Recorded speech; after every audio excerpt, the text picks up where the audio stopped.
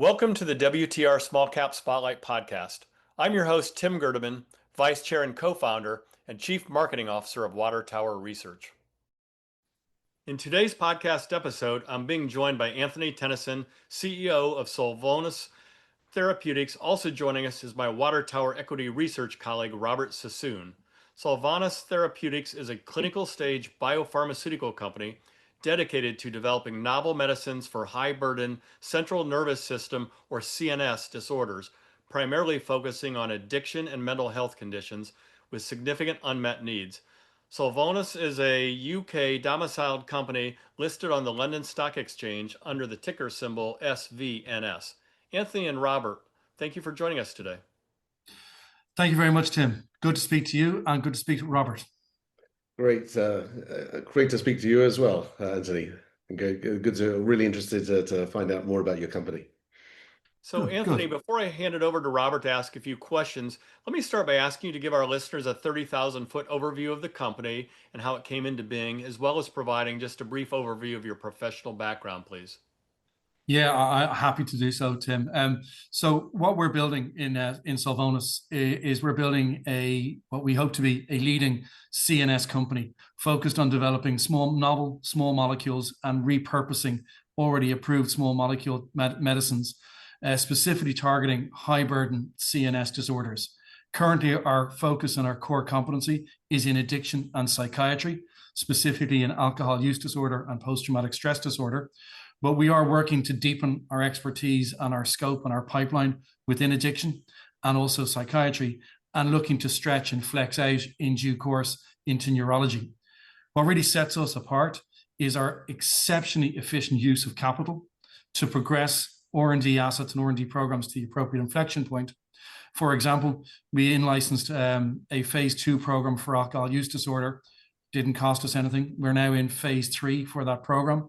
With that program for an N equals 280 person trial, potentially definitive, total price for that trial is 2.25 million sterling or 3 US, and costs to us are capped at $1 million US or 800K UK.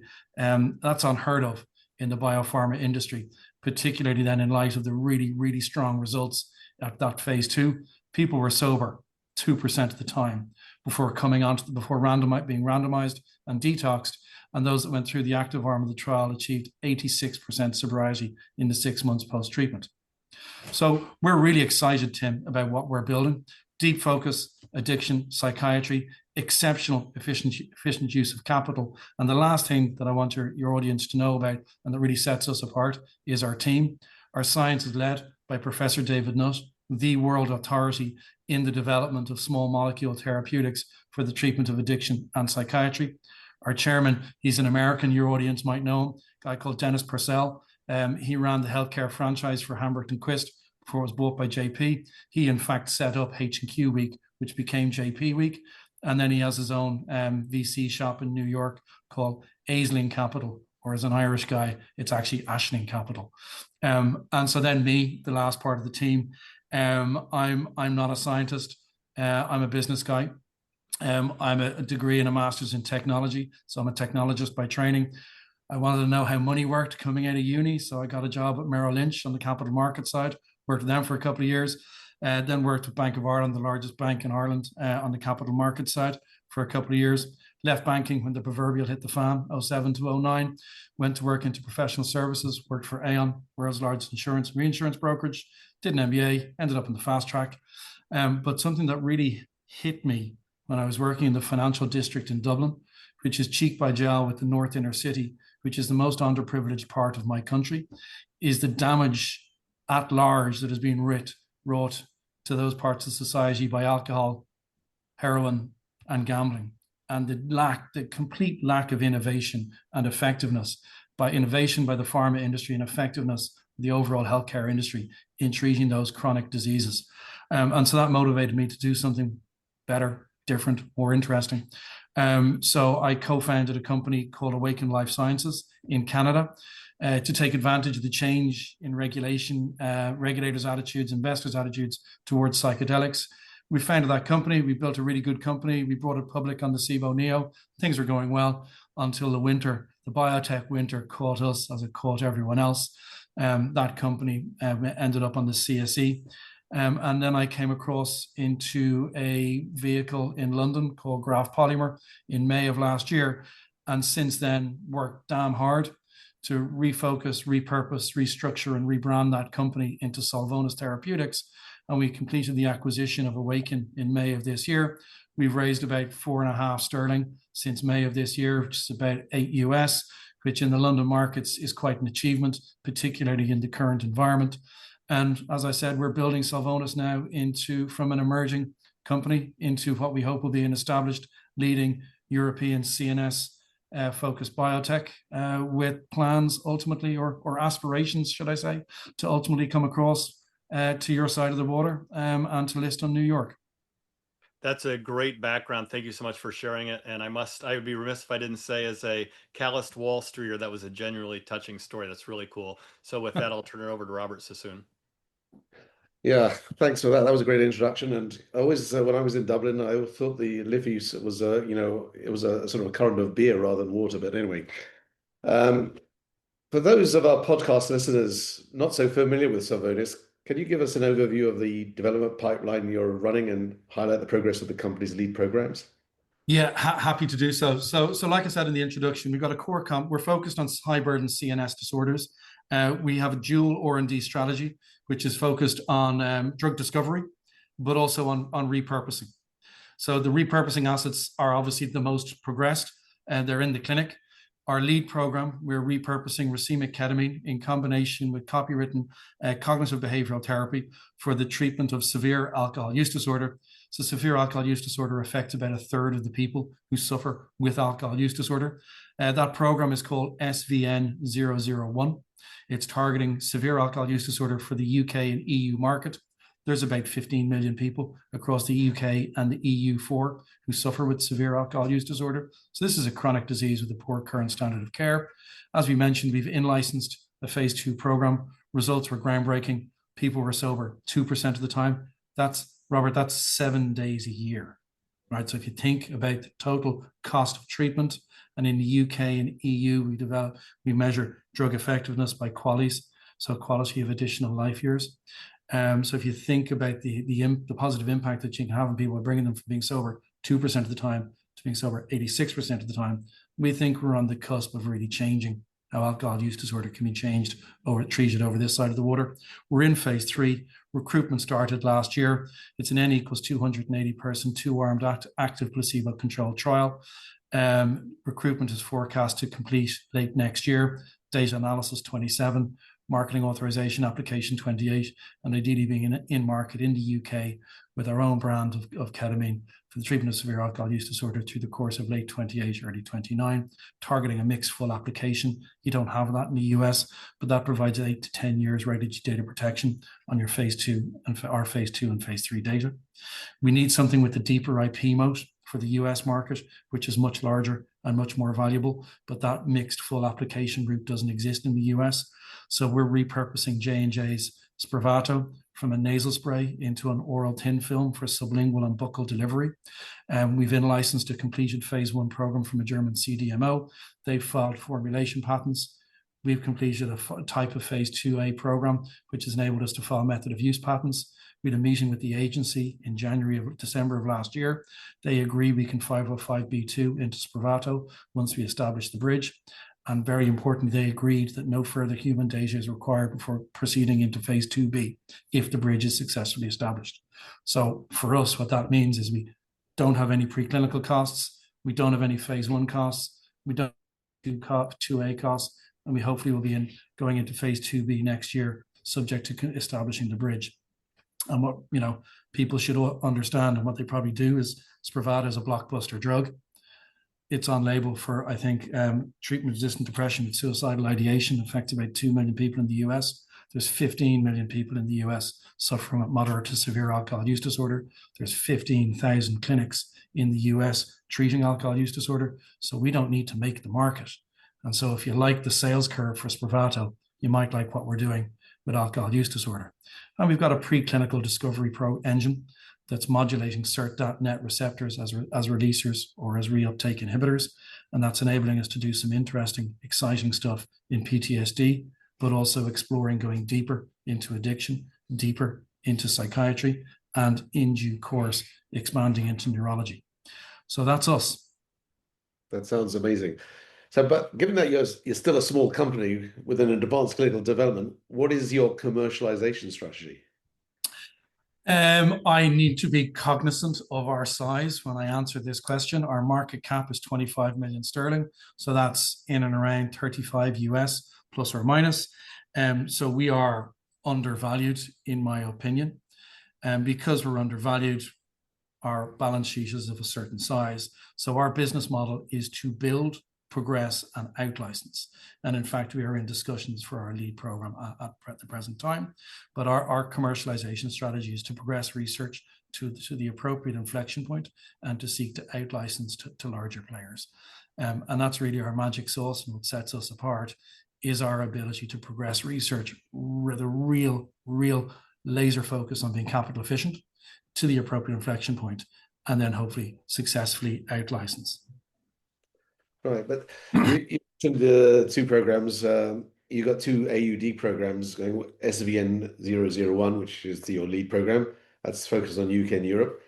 And you got SVN-002, which is going to be focused on the US. So what's the thinking behind splitting the two programs regionally? But it's about IP. So for the 001 program in the UK and the EU, we can do something, apply for a mixed full application, which is a marketing authorization or regulatory approval that relies on your own data, but also on data from the research, and not relying on any third-party data. And if you do that, you can secure 8 to 10 years regulatory data protection on your own data.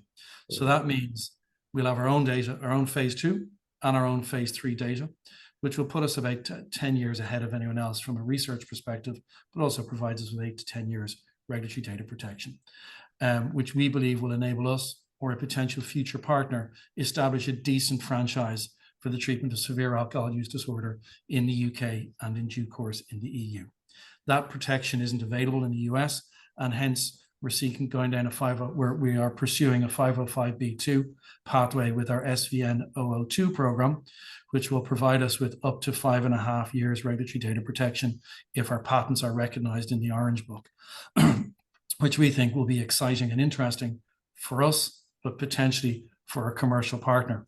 And bearing in mind that that's the same level of IP and regulatory data protection that Spravato had for J&J, because S-ketamine was already on label or available in the US. Right. Okay, so let's, before we delve into Solvonis' therapeutic model, it'd be interesting to talk about your main therapeutic focus, which is alcohol use disorder. So according to statistics I read from the US government, the prevalence of AUD amongst American adults is pretty high, at around 27 million or 10% of the adult population. Yet it seems that only 2 to 3% of those adults actually receive some form of pharmacological treatment. So I think I don't know whether you can verify whether that's true in Europe, or whether the same story. But anyway, these figures seem incredibly low. So can you explain why you think that is? They are low because the current standard of care is inadequate for this chronic and debilitating disease. The numbers that you quoted are pretty much right. NIHR states that there's 29 million Americans suffering with alcohol use disorder. Of those, 2/3 suffer with moderate to severe alcohol use disorder, which is the classification or the subcategory that we're targeting with 002. And the numbers and the prevalence rate is about the same in the UK and the EU4. So this is a chronic disease. It destroys families, it destroys communities, and it unfortunately often ends up results in death. And so what we're doing is we're seeking to provide hope for those individuals, families, and communities who are being so poorly served by the pharmaceutical industry to date. And the reason why so few people seek treatment is, as I said, treatments don't work. 75% of people will relapse within 12 months of treatment. And many of those people go back to drinking more than they did before they relapsed. So there's a significant unmet medical need for this indication. Right. So you mentioned Spravato. It's a blockbuster drug. I think it's annualized sales are approaching $2 billion now for that drug. It's really sort of taken off in the last 2 to 3 years because I think the infrastructure has really been put together, particularly in the States. But because ketamine has already been previously FDA approved as an anesthetic, um, and then subsequently for TRD, treatment-resistant depression, off-label ketamine use is possible. So we've seen by all accounts, there's been a significant growth in off-label ketamine use for various mental health and addiction issues. So how does that factor into the commercialization strategy that you're planning? So, off-label use is a thing. I can't deny that, but you will never. We believe that a drug like ketamine or esketamine will never achieve the critical mass that J&J have been successful in achieving with Spravato without reimbursement. And I can say that with a certain level because I used to be the CEO of Awaken Life Sciences, and in Awaken Life Sciences, we had a small healthcare operation. Now, this is coming from the UK and from the EU, but we set up 4 ketamine clinics, 2 in the UK, 2 in Norway, where we delivered consultant-led ketamine-assisted therapy for a range of indications, so for anxiety, depression, PTSD, eating disorders, and addiction. And we struggled to make those businesses work, even though the results were strong. The reason was that people do not have a very strong propensity to pay for mental health and addiction services out of their own pocket. Certainly in the UK and the EU, that propensity to pay out of pocket does not exist. And I think for at-scale adoption, you really do need reimbursement, both from the public payers and the private payers over here, and Medicare, Medicaid, and private payers in the US. And certainly, for the people who really do suffer with alcohol use disorder, some of those individuals, their lives can be quite chaotic, and they may not have, many of them will not have the means to pay for esketamine assisted therapy off-label. I think that it is a challenge, it is a thing, but for mass adoption, mass commercialization, like we see with J&J and Spravato for treatment-resistant depression, it's on label within the established healthcare industry with full insurance reimbursement, but also very importantly, product liability cover as well. All of that in place to enable you to scale and get to the kind of numbers that we think are achievable for an esketamine-based treatment for alcohol use disorder. And again, when we look at the size of the market, it's an order of magnitude different than the size of the market, the addressable market for treatment-resistant depression. There's 15 million people in the US with moderate to severe alcohol use disorder, single millions with treatment-resistant depression. There's 15,000 clinics registered with SAMHSA for the treatment of alcohol use disorder. About 8,000 of those deliver drug and therapy in one shape or another. So the distribution platform, the go-to-market route is more established, certainly for this treatment modality for alcohol use disorder, we believe, than it was for treatment-resistant depression when J&J started out with Spravato. Okay, got it. So now will you highlight the upcoming milestone targets for SVN-001 and 002 that we should be looking out for? Yeah, happy to do so. So we're in phase 3 for SVN-001, which is targeting severe alcohol use disorder for the UK and potentially also the EU markets. We're in phase 3. Recruitment is underway. So there's 2 tracks available for us. One is we bring it forward ourselves, or we out-license it. Should we out-license it, the key milestone in the near term would be a successful out-licensing for the UK and potentially EU markets with bullet, milestone, and future royalty payments. Should we bring it forward ourselves, the milestones will be completing enrollment through the course of late 26, data readout 27, marketing authorization application 27, 28, and subject to all things going according to plan, market launch 28, 29. For 002, it will be successfully establishing the bridge, which we're working with WuXi on doing right now. Once the bridge, should the bridge is successfully be established, it will be submitting a CTA to the FDA to include a clinical trial application for a phase 2B trial. And we'd hope to have the bridge established through the course of Q1, Q2 next year, or H1 next year, and then to have the CTA or the IND submitted in H2, and ideally have a phase 2B started at some stage next year in the US for moderate to severe alcohol use disorder. You're going to be very busy, it seems. Hopefully so. Yeah. Okay, finally from me, can you speak about Solvonis's financial wherewithal? What is the company's current cash runway and financial strategy needed to advance the respective AUD programs through their next major milestones to commercialization? Yeah, we're really pleased with how things are progressing. We've successfully accessed the markets in London a number of times since May of this year. So we've raised 4.25 million sterling since the end of May 2025, which is positive for us. We have runway through to 2027, which will enable us to achieve some of those key milestones I mentioned for both 001, 002, but also our preclinical programs for PTSD, and also what we're exploring, going deeper into addiction, deeper into psychiatry, and potentially expanding into neurology. Our ticker is liquid, which enables us, we believe, will enable us, I should say, we believe, to continue to access the markets in London at the appropriate times. So all in all, our plan is to continue to execute across our 3 core pillars, and to access the markets as and when we may need them, but we don't need to do that for the foreseeable future. As I said, we've got runway through to 2027.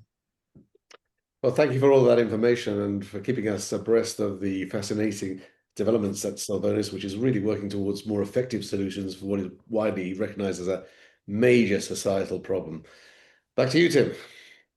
Thanks, Anthony and Robert, for joining me today. And I will say, Anthony, at kind of a very personal level, I'm a very private person, but I actually have lost a family member and many, many friends to alcoholism. So I appreciate what a serious topic this is globally, and I wish you the best on success. Tim, it's been an absolute pleasure speaking to you. And Robert, sorry to hear that happened to you. There's also reasons why I'm involved in doing this as well. Thank you for listening, and don't forget to subscribe, as well as visiting www.watertowerresearch.com to stay up to speed on the company's small cap written research reports, podcasts, fireside chats, industry-specific symposiums, and conference schedules. We will see you next time for another edition of the WTR Small-Cap Spotlight podcast. Finally, a special thanks to the producer and editor of the podcast, Krista Fitzpatrick.